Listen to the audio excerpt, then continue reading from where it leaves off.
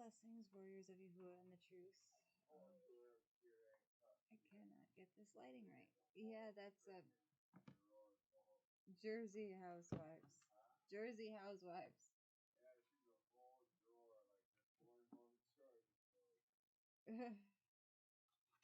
Okay, so we are continuing on with our lessons from the Return of Yahusha. The beginning is near. We are on video. We're on video 12. We're on section The Trickery of Men, led by Adversary. Many now realize that the Nicolaitans designed a crafty plot of control over civilization. From ancient cultures to the present, the authority over mankind has been a fusion or blend of religious and political purpose. One example is the obelisk described in the book of Daniel 3:18. Often the rulers were worshipped as the principal deity by the people, such as Pharaoh of Egypt or Kaiser of Rome. It had begun this way under Nimrod, but after he was slain, the paganism became occult or hidden and became shrouded in mystery. The true spiritual nature of what was being done was made to look innocent on the surface for the uninitiated. Pagan leavening. This one piece of hair keeps popping up today. One piece of hair keeps popping up. Okay. No, it's. I keep pushing it down. It's okay.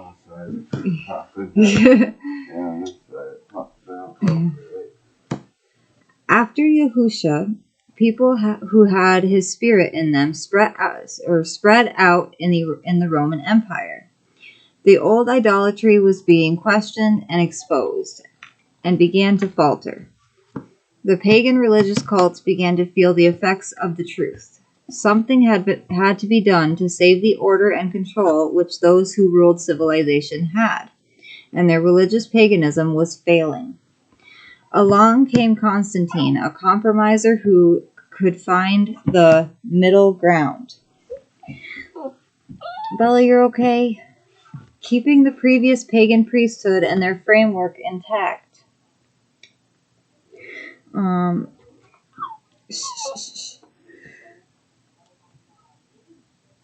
He brought together elders of the Nazarene from all over the Roman Empire to Nicaea in 325 CE, the first council of the Catholic Church. Upon hearing some of the matters being discussed, many elders fled for their lives. The elders who remained helped formulate what later became known as Catholicism, and they adopted the creed or constitution of the Roman Circus, the Nicene Creed. This was to fight against what was called the Arian doctrine, thought to be a heresy at that time. Research Arianism. The pagan leaven would eventually leaven the whole lump. Paul told the formerly pagan Corinthians to purge out the old leaven, meaning their errors, patterns, and teachings of men, and be a new, unleavened lump. 1 Corinthians 5:6-13. Yahusha also described this at Luke 13:21. Yahusha also described this at Luke 13:21. Can you just stand on this side, babe? Yes. Why? You can see me? Because she's jumping. She has to see you. I'm okay. Why do you need to see me? What's wrong? I'm right here. I'm okay. She went nuts and started jumping. Are you wondering jumping. why I'm not all upset? I'm just not upset. I'm fine. No, because you got immersed yesterday. That's why. Even though I was up at 4. Yeah. 3, whatever it was. I know. Are you still tired? Yeah, you're still tired. Do you want Daddy to take you and do your nest? Or do you want to do the video of Mommy?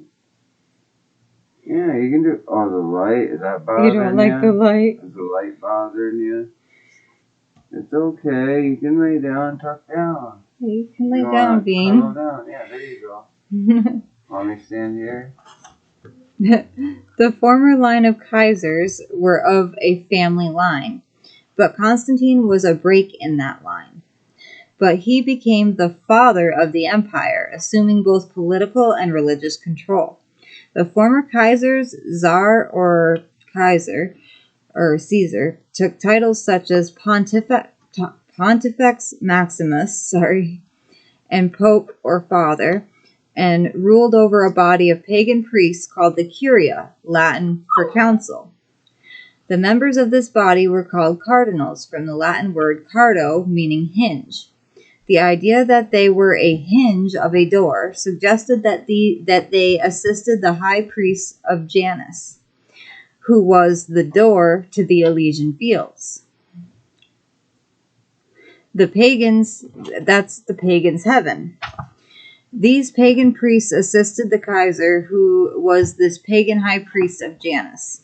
So the pagan title of Pope was retained by the man who held the office of Pontifex Maximus, Latin for highest priest. With the pagan framework or apparatus remaining in place, the central control of the pagan administration could go on, simply blending in the elements of the messianic belief, but leaving out the elements essential to the obedience to Yahuwah.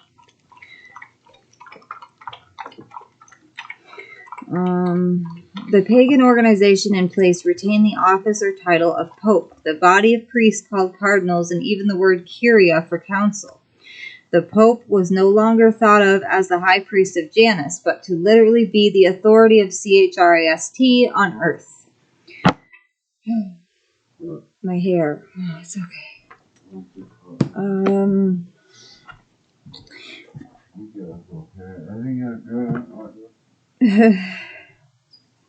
The former pagan pattern was brought through.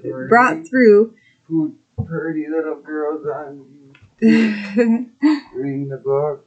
Pretty little queens on YouTube reading. Yeah. You're good. You got white on your neck. The former pagan pattern was brought through perfectly intact. For some reason, I can't get my lighting right today. All right. I fixed it. No, it's too dark. It's way too dark. It makes it look blue. No, it looks blue. Idolatry mixed with truth became clothed in the former framework of sun worship. The main objective was to anger our Creator by mixing the patterns of idolatry together with the truth, so that it would become poisoned or wormwood. Darkness and light would mix together and be taught for centuries through a pagan framework of priests and a calendar based on idolatry. Lunar wormwood, bitterness towards the covenant sign SHABATH and people of YAHUAH. Hashatan, the adversary, hates the marriage covenant of Yasharal. This being attacks Yasharal at every turn and attempts to alter the covenant or make it seem unimportant. The sign of this eternal everlasting covenant is the sign of the Shabbat, which is every seventh day of each week. My Sabbaths you are to guard by all means, for it is a sign between me and you throughout your generations, to know that I, Yahuwah, am setting you apart. And you shall guard the Sabbath, it is set apart to you. Everyone who profanes it shall certainly be put to death. For anyone who does work on it, that being shall be cut off from among his people. 6 days' work is done, and on the seventh is a Sabbath of rest, set apart to Yahuwah. Everyone doing work on the Sabbath day shall certainly be put to death. And the children of Yasharal shall guard the Sabbath, to observe the Sabbath throughout their generations as an everlasting covenant. Between me and the children of Yasharal it is a sign forever. For in 6 days Yahuwah made the heavens and the earth, and on the seventh day he rested and was refreshed. Exodus Shema 31:13-17. See also Ezekiel 20:12-20. Look at what Hebrews 4:4-16 says, referring to the above text. For somewhere, Exodus 31, he has said thus about the seventh day, and Elohim rested on the seventh day from all his works. And again, if they shall enter into my rest, Since then it remains for some to enter into it. And those who formerly received the good news did not enter in because of disobedience. He again defines a certain day, today. So there remains a Sabbath keeping for the people of Elohim. For the one having entered into his rest has himself also rested from his works, as Elohim rested from his own. Let us therefore do our utmost to enter into that rest, lest anyone fall after the same example of disobedience. Hebrews 4:4 through 11.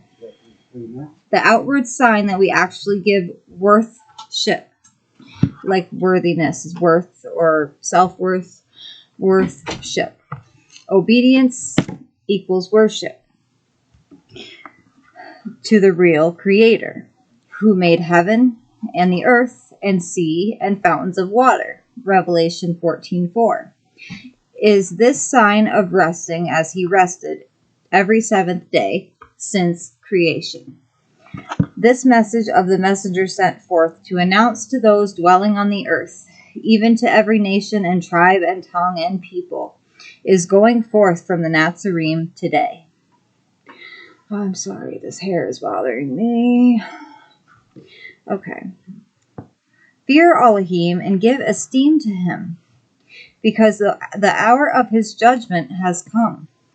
And worship him who made the heaven and the earth, and sea and fountains of water.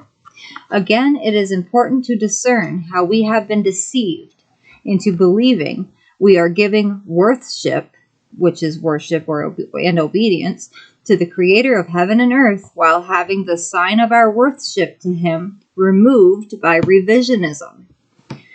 They revised the scriptures and they twisted the scriptures to make it so Sunday, the first day of the week, was the Shabbat.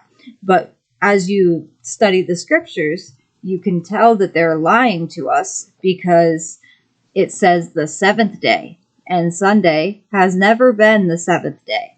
Since creation, it's been the first day. Before the days had names, when they were only numbers. It all went together as days 1 through 7, and Saturday has always been the Shabbat. Sorry. Ooh. Okay. The test of the manna. And YAHUAH said to Moshe, See, I am raining bread, manna, from the heavens for you. And the people shall go out and gather a day's portion every day, in order to try or test them, whether they walk in my Torah or not. And it shall be on the sixth day that they shall prepare what they bring in, and it shall be twice as much as they gather daily. Exodus 16:4 and 5.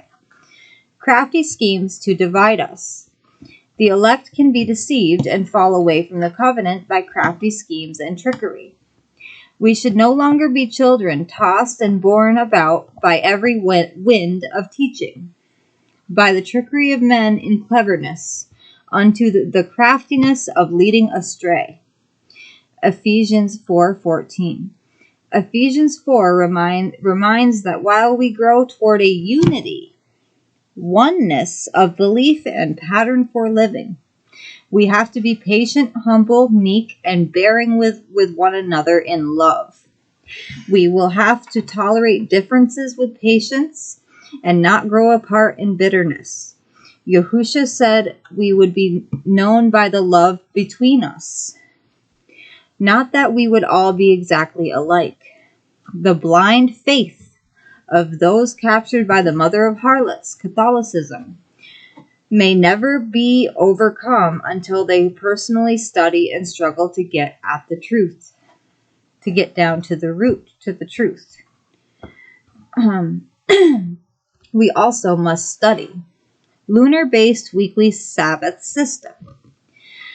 There are new teachings which are entangling the Nazarene today, coming from interpretations of Scripture, which alter the patterns of the days, nights, and appointed times ruled by the new moons. That's why we see so many differing calendars between different Nazarene communities or different Nazarene assemblies. They call their new understanding the hidden manna. Some interpret day Yom and night Layla somewhat differently than others. Reading Genesis, some have come to believe that creation began with light. Therefore, the 24-hour period begins at sunrise. In contrast, the end of the day, which arrives at the moment the sun sets, beginning a new cycle of 24 hours, actually reflects the 6 creation days. At creation, it was first dark, and YAHUAH created water, earth, and the rules of physics.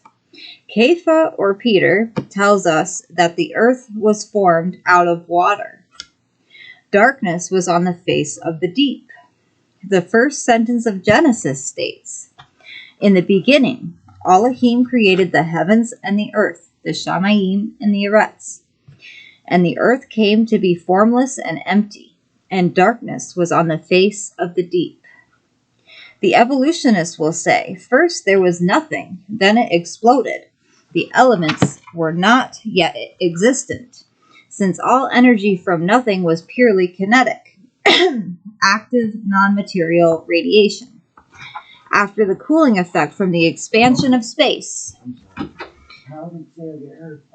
and the propagation of the energy from this cosmic Big Bang, the first material elements coagulated together as hydrogen, oxygen, and traces of deuterium.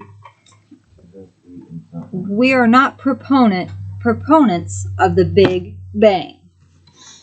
So even the blind theories and imaginations of non-believers are establishing the truth of the first several verses of Genesis. But many Nazarene believe creation began with light. Therefore, the periodic 24-hour night-day scheme is interpreted to be day then night, light then darkness, as opposed to night then day, darkness then light. And there came to be evening, darkening, Ereb. And there came to be morning, lightening, or Boker, the first day. So there was darkness first. So that is when the day starts for Shabbat. It's when a day starts. This suggests a 24-hour period. By interpreting the order of occurrence differently, differences in patterns of behavior can be seen today among the Nazarene. This has the effect of making a Sabbath day only pertain to when the sun is up, and so night has no pertinence to the Sabbath day. No man can work at night, they will explain. From Yahusha's words at John or Yehochanan 9:4, to these brothers, Sabbath begins at sunrise. Do we have the capacity to be different, yet have love? Please don't do it because I do it, but study. I rest every week beginning at sunset at the end of the 6th day, sunset. And there follows a twilight of nearly 30 minutes before night arrives, complete darkness. One of Lou's favorite scriptures to quote that establishes whether Shabbat begins at sunset or sunrise is Nehemiah 13:19. Also see context. And it came to be at the gates of Jerusalem, as it began to be dark before the Shabbat, that I commanded the gates to be shut, and commanded that they should not be opened till after the Shabbat. The interlinear Hebrew-English rendering of this text shows that before the Sabbath shadowed the gates of Jerusalem, they were commanded to be shut. Sabbaths, new moons, any relationship. Moon worshippers. You are exhausted by your many counsels. Let the astrologers, the stargazers, and those who prognosticate by the new moons stand up and save you from what is coming upon you. Isaiah Yeshayahu 47:13. In the above text, these moon worshippers are equated with astrologers, stargazers, and witches.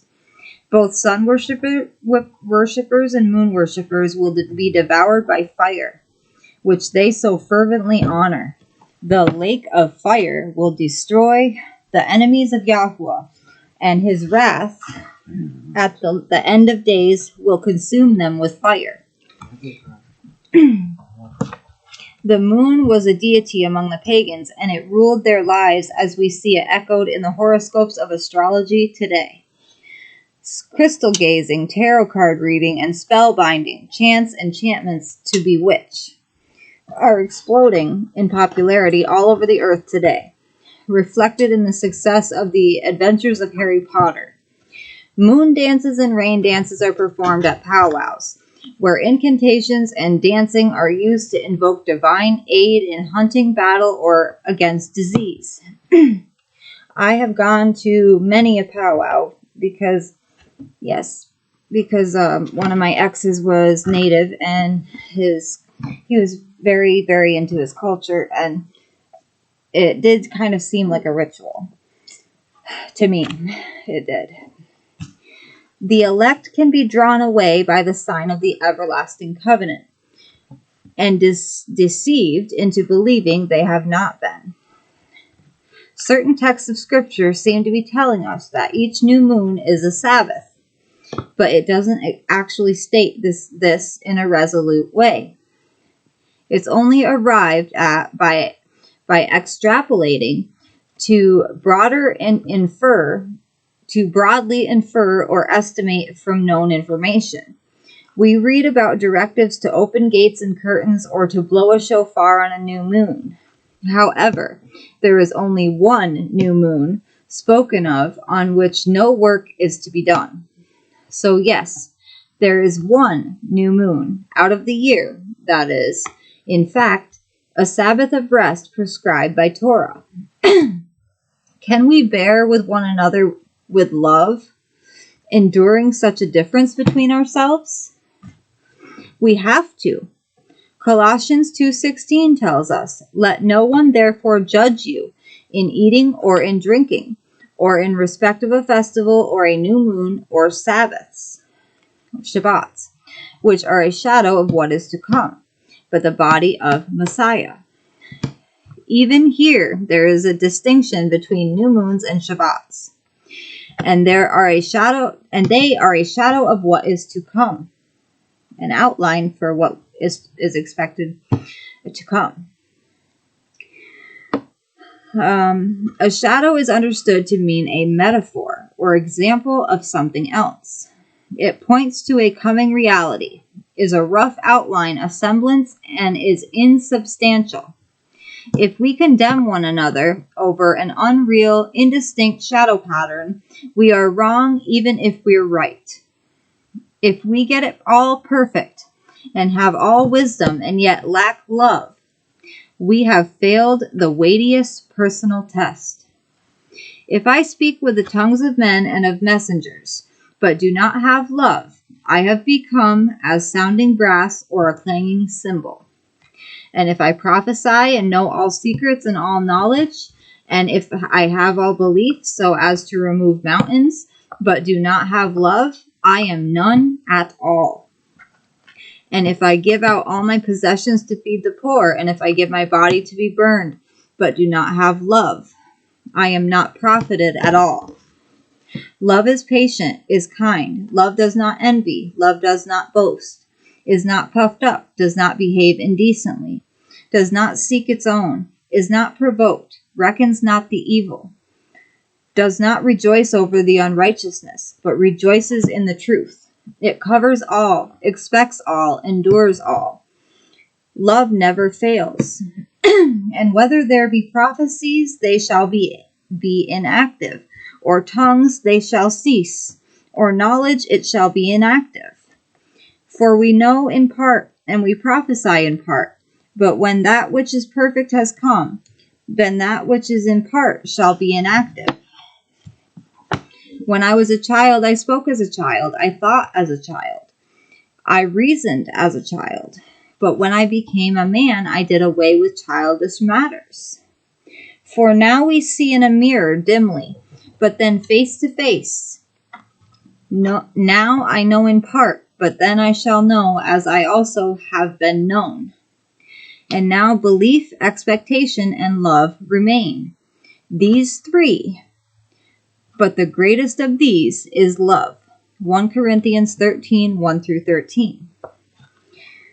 Many articles have been written debunking the idea that the first day of each new moon is a Sabbath.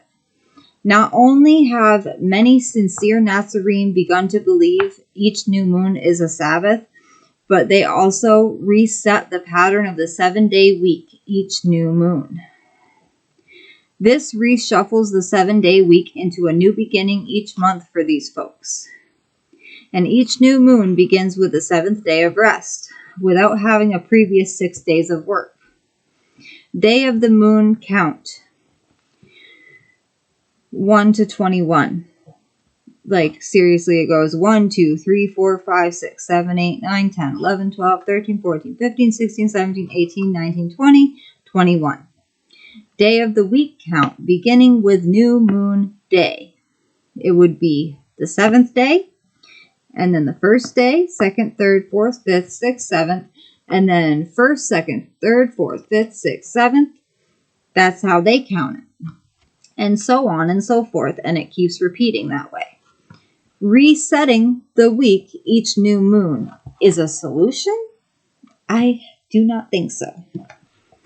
The final few days of this pattern chop the last week of their month off with the abrupt arrival of a sudden 7th day Shabbat. It is not harmonious at all. The pulse of the first week of creation is lost to those who follow this pattern. And so they have become observers of some lunar-based Sabbath system. If the weekly Sabbath is set by the new moon, the arrangement of the week is under constant change. During the week of creation, the moon was brought forth on the 4th day and is simply called the lesser light to rule over the night. It is referred to as, or it is also used to calculate the appointed times or annual Sabbaths, referred to as high Sabbaths or high Shabbats. The greater light, the sun, is used to calculate day and night, and those who prognosticate by the new moons. How this will be weighed by Yahusha, the righteous judge of us all, is unknowable. He told us that stumbling blocks would come, but woe to those through whom they come. Those who ignore the Sabbath each week, the real one, are cut off from Yasharal, and death is proclaimed as their judgment. If the moon were involved in such a vitally important operation as calculating the weekly Sabbath, it seems he would have mentioned it somewhere in his Torah. Even though the 29.5 days, 29 and a half days in each moon don't divide evenly by 7, this doesn't matter to them. The new moon comes and they reset their week, and it begins the new moon day as a Sabbath. Even though the true Sabbath is supposed to be the 7th day of each week, they let the moon tell them when the 7th day is. The previous week, which the same moon set for them, is interrupted with a sudden arrival of a new 7th day, the first day of the moon.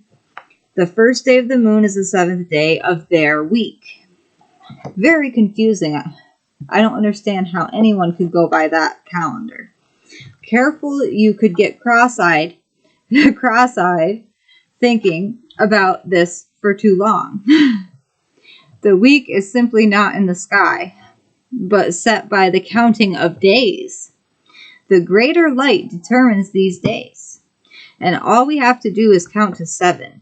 The number of completion. How could anyone possibly go for such a system that resets the weekly Sabbath each month? They read scriptures which make them get panicky and so hunt for other clues. A very strong urge comes from the following. Amos 8:5 brings out a question. When does the new moon pass so that we sell grain, and the Sabbath so that we trade our wheat to make the ephah small and the shekel large, and to falsify the scales by deceit, to buy the poor for silver and the needy for a pair of sandals, and sell the chaff of the wheat? The context of this verse in Amos shows that these are a listing of things Yahuwah finds displeasing to him. The moon worship of that period had led many to observe strange customs, blending it together with his Torah. If we add to the Torah by reading something into the meanings of the sentences like Amos 8:5, we can trouble ourselves. According to the Torah, resting on the new moon from work only applies to one of the new moons. And it is possible that this particular new moon spoken of in Amos 8:5 was the 7th new moon, the harvest time of some grain they wished to sell. I can abide the people who believe these things about the other new moons being Sabbaths, but I cannot abide in this new wind of doctrine for these reasons.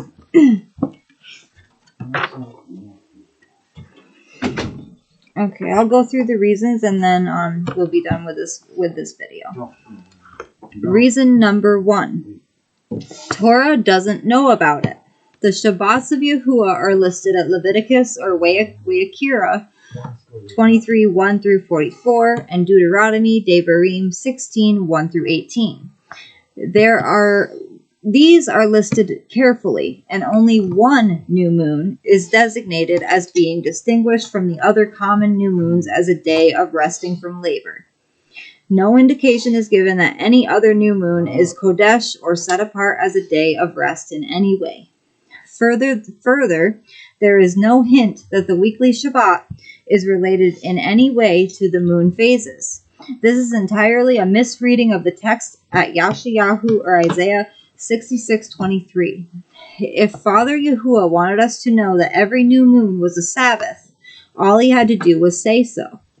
By the act of telling us that the seventh new moon was a Sabbath, he told us by deduction that the other new moons were not days of rest, and therefore he distinguished the 7th new moon for us. Reason 2. There are examples of work done on the first day of the moons. At Genesis 8:13, Noah removed the covering of the ark he spent 100 years building. It was the first day of the moon. At Numbers 1:1, on the first day of the second moon, a census was taken of all of Yasharal. How odd is that? If it was a Sabbath, they wouldn't be working. At Ezra 7:9, this prophet was journeying on 2 new moons. Aha, see? Reason number 3. The Sabbath is supposed to be the 7th day of each week, after 6 days' work, but if you restart each new moon with this Sabbath rest, then it becomes the 7th day of a new week, without having a previous 6 work days for that week. The 7th day begins each of their months somehow, and makes the 2nd day of each new moon the 1st day of their week. With an operation like this going on, you would think that our Father, our Abba, would have given at least a couple of sentences explaining the relationship of the moon to the week, but he does not. But he's totally silent about this relationship. Again, these ideas don't come directly from Torah, but are inferred from phrases embedded in sentences. He knows how easily confused we can be. So by not mentioning something this important, it would have to mean he is hoping to trick us. Why would he do that? I don't think he would do such a thing. Yahusha had criticisms about what was permitted on a Shabbat, but he never argued about the pattern. When it was Shabbat for him, it was also the same pattern each week for the nation he was born within. So he endorsed the weekly Sabbath pattern without resetting the week each new moon. The adversary shifted the Shabbat to Sunday each week in order to remove the covenant sign between us and our Creator. So why would this fallen being do this if every 7th day were already in error? He wouldn't. Reason number 4. The moon circles the earth in a period of approximately 29.5 days, 29.5 days. For thousands of years, the same side of the moon has faced the earth, perfectly synchronized with its orbital period and rate of rotation. Scientists cannot explain this circumstance, and mathematicians will tell you that it is almost infinitely improbable to ever develop this way on any planetary system in the universe. And yet, the planet we all happen to live on has this bizarre, unlikely situation. If our Creator can do this, then He could have just as easily made the week fit into the moon's orbit by division, and made the moon orbit in exactly 28 days. Then He could have also told us to watch for the new moons and rest on each one. He could have also told us that each one of the new moons was also a 7th day of the week. Reason number 5. The manna was used to reteach the Yahusha when the 7th day was not when the new moon arrived. During the captivity of the Yahusha in Egypt, or Mitzrayim, it is possible that no one on earth had kept the record of the days for the 7-day week. Yahusha had succumbed to the pagan system and lost it also. They had to be retaught. This is why the 4th commandment begins with the word, remember. It had been forgotten. The manna was provided for 6 consecutive days without fail. There was no interruption in the cycle mentioned, nor did the new moon come into any references that pertain to the manna.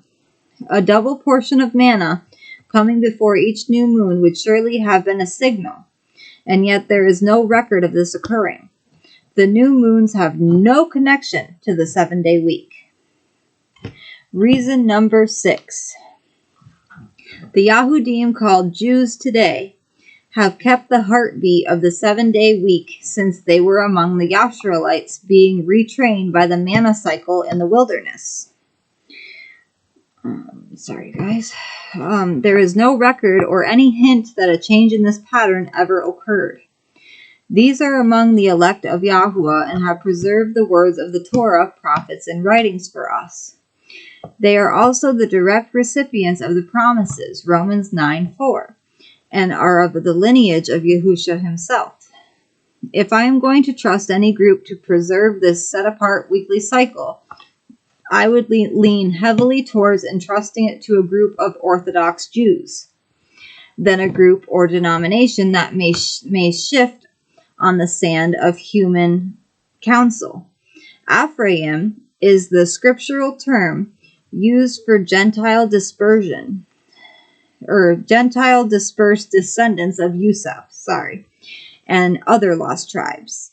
A major problem with Ephraim is his ignorance. So the Orthodox Yahudim will tell you, you are exhausted by your many counsels. Let the astrologers, the stargazers, and those who prognosticate by the new moons stand up and save you from what is coming upon you. Isaiah Yashayahu 47:13. We certainly are seeing many new winds of doctrine these days. There are even those who feel that the full moon is the new moon, which would mean that when the Yahusha came out of Egypt or Mitzrayim, they had to travel in utter darkness. There is no end to the development of new winds of teaching. What is most important is that we listen to the advice of Ephesians 4 and not lose sight of our foundation, summing up on the new moon. As Scripture directs and the Yahudim have observed it, the weekly Shabbat is an event that is not lunar directed as the 7 annual high Shabbats are. There are many today being influenced by this new teaching that uses the new moon to reset the week. I've never done it that way. It would be very confusing to me. But the moon itself was created on the 4th day of the first week, and each successive week that followed that first week had its own 7th day, and this is not affected by the moon's position. The new moon resets the month, or the month, but the weeks are not in the sky for us to measure them. Some seem to think so, but their mathematics are fuzzy. If the new moon were involved in setting the weekly Sabbath, or was a Sabbath, it would have been listed at Leviticus 23 or Deuteronomy 16, but it is not, except the 7th new moon day. If the first Shabbat during creation week were a new moon, then there might be something to it. But the phase of the moon is not given to us for the first week at all. The days and the moons are not geared together in any way. The weekly 7 days are found in every culture on earth. So even if the claim is made that the Jews changed sometime in the past for themselves, how could they have effected a change for all the rest of the cultures? Until recently, no one on the planet has ever heard of such a thing as the moon resetting the week each month. That's poppycock. The annual seasons, or moedim, appointed times, are established by the position of the moon, which is why the directions make it so simple at Leviticus 23. The first appointment is the weekly Shabbat, and no moon or day of the moon is involved. Next follows the other high Shabbats, which do involve the moon. The 29.5 day lunar cycle is not divisible by 7. You can't divide it. The Sabbaths and appointed times are shadows of things to come. It is best to not become too severe with one another over them, but show kindness to those who believe otherwise. We are not to judge others. We must remember to not add or take away from Yahuwah's Torah, his teachings, and his commandments. Next time I will be teaching shadows of things to come for the body of Mashiach. This kind of goes with this lesson, but I kind of went on a little long with this one. If you are a Catholic priest, please read this. And we will be reading, let me see. The lamp of the body is the eye. Strange fire offered to Yahuwah.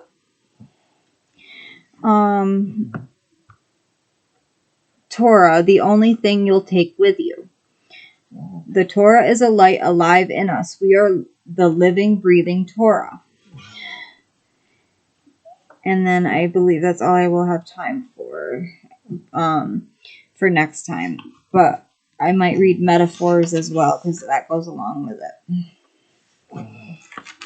We are about halfway through the lessons in this book.